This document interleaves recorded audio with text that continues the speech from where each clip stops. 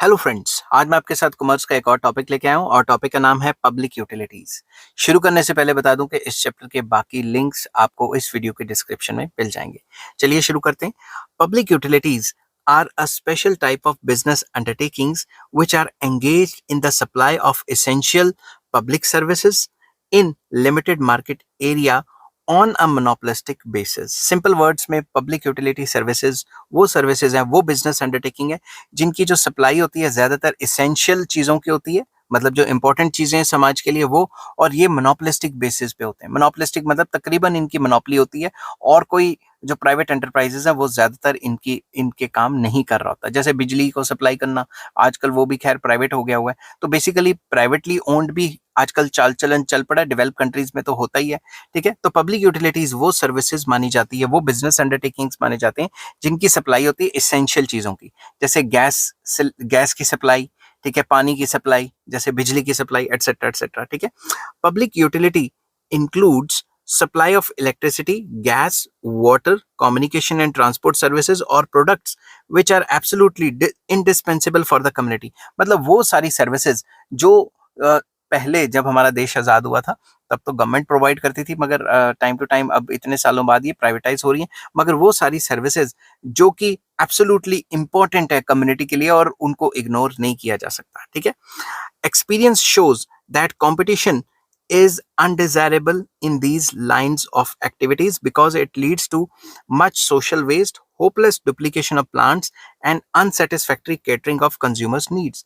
तो ऐसा एक्सपीरियंस से देखा गया है कि इस टाइप के सेक्टर में मोनोपोली ही सही रहेगी, क्योंकि फालतू के कंपटीशन होगा, कंपटीशन से फिर काफी प्रॉब्लम्स खड़ी हो जाएंगी। जैसे मान लो मेरे घर में पानी की सप्लाई आ रही है, अगर गवर्नमेंट, अभी तो गवर्नमेंट प्रोवाइड कर रही है, क्या पता कल को कोई प्राइवेट सेक्टर आ जाए। अगर ऐसा हुआ तो कोई प्राइवेट सेक्टर आता है तो वही रहेगा तो सही रहेगा। अगर दूसरा प्राइवेट सेक्टर भी वो पानी की सप्लाई करने लग जाएगा तो पूरे शहर को फिर से खोद के फिर से पाइपलाइन बिछाएंगे दो दो, समझ गए ना बात, तो फिर वेस्टेज हो जाएगी ना रिसोर्सेज की। Therefore the state allows them to operate as monopolistic और सेमी मोनोपोलिस्टिक एंटरप्राइजेस। इस वजह से ये कहा जाता है कि भाई इसमें मोनोपोलिस्टिक या सेमी मोनोपोलिस्टिक चले। अब खुद सोचो, अगर आपके जगह पे जो बिजली प्रोवाइड की जा रही है, इलेक्ट्रिसिटी प्रोवाइड की जा रही है, पहले तो इंडिया में गवर्नमेंट अंडरटेकिंग्स थे, मगर जब से प्राइवेट हुए तो ऐसा तो नहीं है कि एक और प्राइवेट आ गया, दो दो खंबे लग रहे हैं, एक किसी और कंपनी के, दूसरे किसी और कंपनी के, ऐसे ऐसे लगने लगे तो जो सड़कों पे तो खंबे ही खंबे हो जाएंगे। समझ गए ना बात आप, जो मैं कहना चाहता हूँ। The public utilities are generally granted legal monopoly power in public interest. Public interest में उनको लीगल मोनोपोली पावर दी जाती है। as as the well-being of the community is closely linked up with their efficient working, public utilities are not allowed to operate freely like private enterprises. उनको freely नहीं, अपनी मनमर्जी से जो है वो रेट नहीं चार्ज कर सकते, अपनी मनमर्जी से वो आउटपुट नहीं बना सकते, उनको इतना ज्यादा फ्रीडम नहीं दी जाती जितना प्राइवेट कंपनी को दी जाती है। The state regulates the working of such concerns to ensure that the essential products or services are available to consumers at reasonable prices and proper quantity and quality। तो उनको control करती है सरकार ताकि जो प्रोडक्ट या गुड या service जो प्रोवाइड करवानी है वो अच्छी मिले, क्वालिटी उसकी अच्छी हो और प्राइसेस भी ठीक ठाक हो। A public utility may be defined as an undertaking that supplies essential services, enjoy special privileges and operates under the state regulations and control।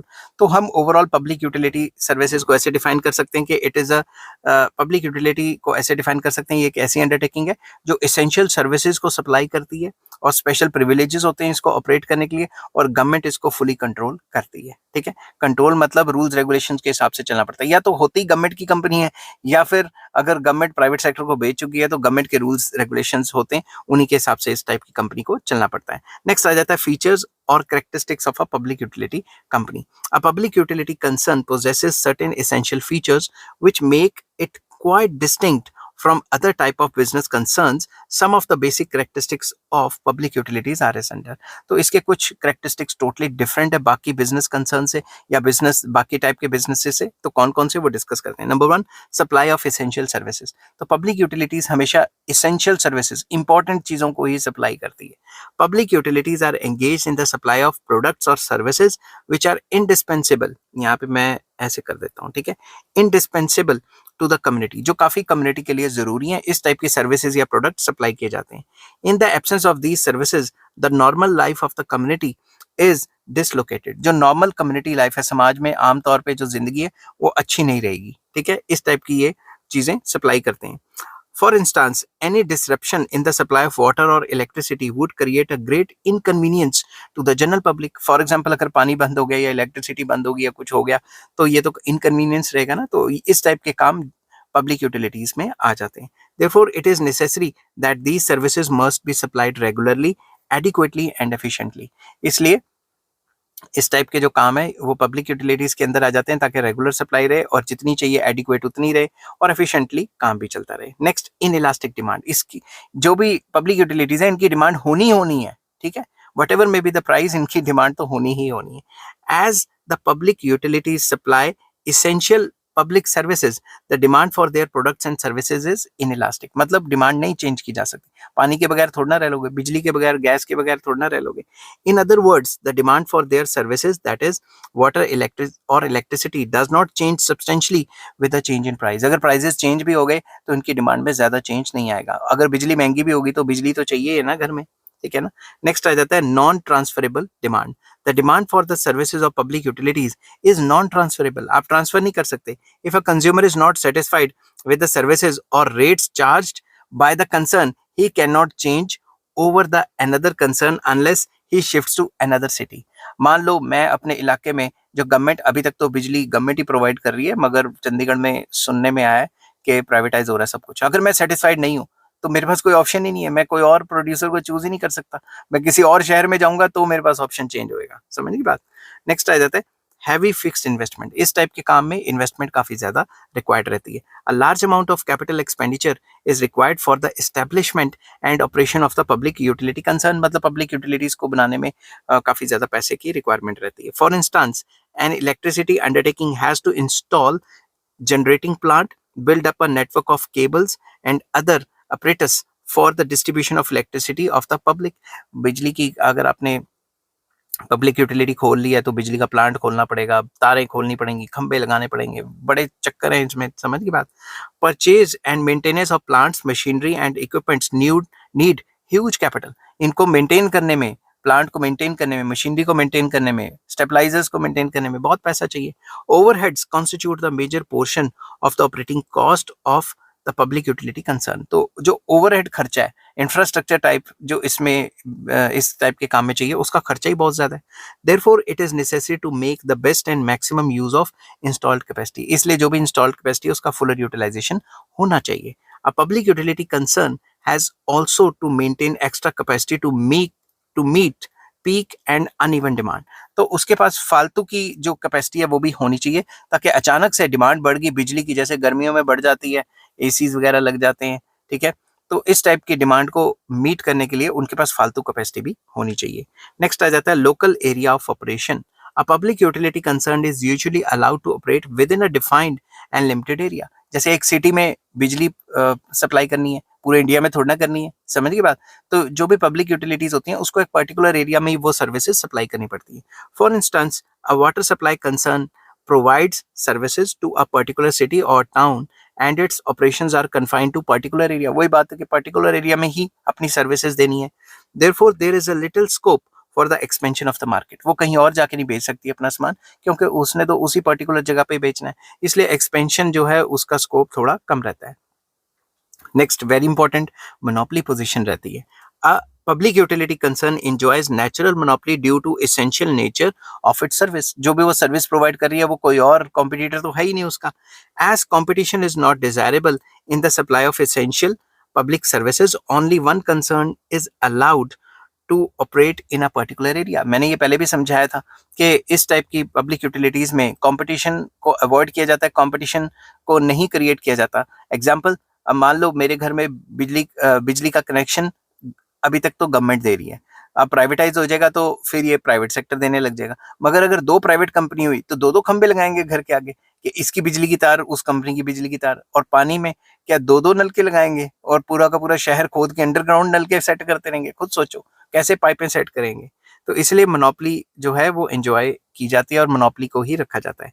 If there is competition between two public utility concerns, efficiency will not be high and neither of the concerns will be able to operate at the optimum level. और अगर encourage किया जाए दो या दो से ज्यादा कंपनियां आ जाएं तो फिर इतना ज्यादा खर्चा है, उतना ज्यादा तो पूरा भी नहीं पड़ेगा उनको, उनके खर्चे ज्यादा हो जाएंगे और आमदनी कम हो जाएगी, तो वो ऑप्टिमल नहीं रहेगी, मतलब एफिशिएंट नहीं रहेगी, या कह सकते हो कि बारह नहीं खाएगा उस टाइप की कंपनी को खोलना, मतलब इकोनॉमिकली वायबल नहीं रहेगी. Therefore it is usually an essential condition of public utilities that one undertaking should have monopoly in one particular area. एक पर्टिकुलर एरिया में उसकी मोनोपोली होनी चाहिए क्योंकि उसके खर्चे बहुत हैं, सारे यूज करेंगे तभी उसके खर्चे निकल पाएंगे. नेक्स्ट आ जाता है पब्लिक रेगुलेशन एंड कंट्रोल. सरकार के रूल्स रेगुलेशंस होते हैं, उन्हीं के हिसाब से उनको चलना है. Public utility concern are subject to strict regulation and control by the state. सरकार पूरा उसको कंट्रोल करती है. As these concerns enjoy monopoly power and their services are of essential nature, the government regulates their policies and working in public interest. तो सरकार उनको पूरी तरह कंट्रोल इसलिए करती है क्योंकि उनकी मोनोपोली है और वो डे टू डे यूज करने वाली चीजें बनाते हैं, ये ना हो कि जो लोग हैं उनकी एक्सप्लॉयटेशन हो जाए, पब्लिक इंटरेस्ट में इंटरफेरेंस करती रहती है. The object of public regulation and control is to ensure that services of reasonable quality at fair rates are regularly and adequately available to the public. Main सरकार का ये concern रहता है कि क्वालिटी अच्छी रहे और प्राइस अच्छा रहे, ये ना हो कि मोनोपोली के चक्कर में लोगों को एक्सप्लॉइट करना शुरू कर दे कंपनियां. These concerns are not allowed to exploit consumer को एक्सप्लॉइट नहीं कर सकती इस टाइप की कंपनियां. ठीक है. Regulations of rates, prices and services charge so that regulation मतलब पूरा कंट्रोल किया जाता है कि इतना रेट रखेंगे, इतना प्राइस रखेंगे. ठीक है. क्यों? बिकॉज इट क्या लिखा है, that the public utility concern does not misuse the monopoly power to exploit consumers by charging unreasonably high prices for their services supplied. Simple words में वो अपनी सर्विसेज का कहीं हाई फाई रेट ना charge कर दें, इतना रेट ना चार्ज कर दें कि जिससे कंज्यूमर ठगा हुआ महसूस करे. इसलिए सरकार टाइम टू टाइम उनके काम में इंटरवीन करती रहती है. Special franchise. Since the public utilities are recognized as a natural monopolies, a franchise is generally granted to protect them from competition. उनको फ्रेंचाइजी दी जाती है ताकि उनको ये कहा जाता है कि भाई तुम ही होगे, तुम ही मोनोपोली पावर को एंजॉय करोगे, तो कोई और तुम्हारा कॉम्पिटिटर नहीं आएगा. A franchise is a character containing special powers, privileges and immunities. उनको स्पेशल पावर्स दी जाती है, इम्यूनिटीज दी जाती है, वही कि भाई तुम्हारा कॉम्पिटिटर नहीं आएगा, इसी टाइप की. ठीक है. Under the franchise, the public utility is permitted to take use of public property like roads, streets, etc. उनको यूज कर सकते हैं और लोगों को सर्विसेज प्रोवाइड कर सकते हैं. आई होप ये वीडियो आपको पसंद आई होगी. अगर पसंद आती है तो please like, share and subscribe. इस चैप्टर के बाकी लिंक्स आपको इस वीडियो के डिस्क्रिप्शन में मिल जाएंगे. और नेक्स्ट टॉपिक मैं डिस्कस करूंगा problems of public utilities. Till then take care, bye bye.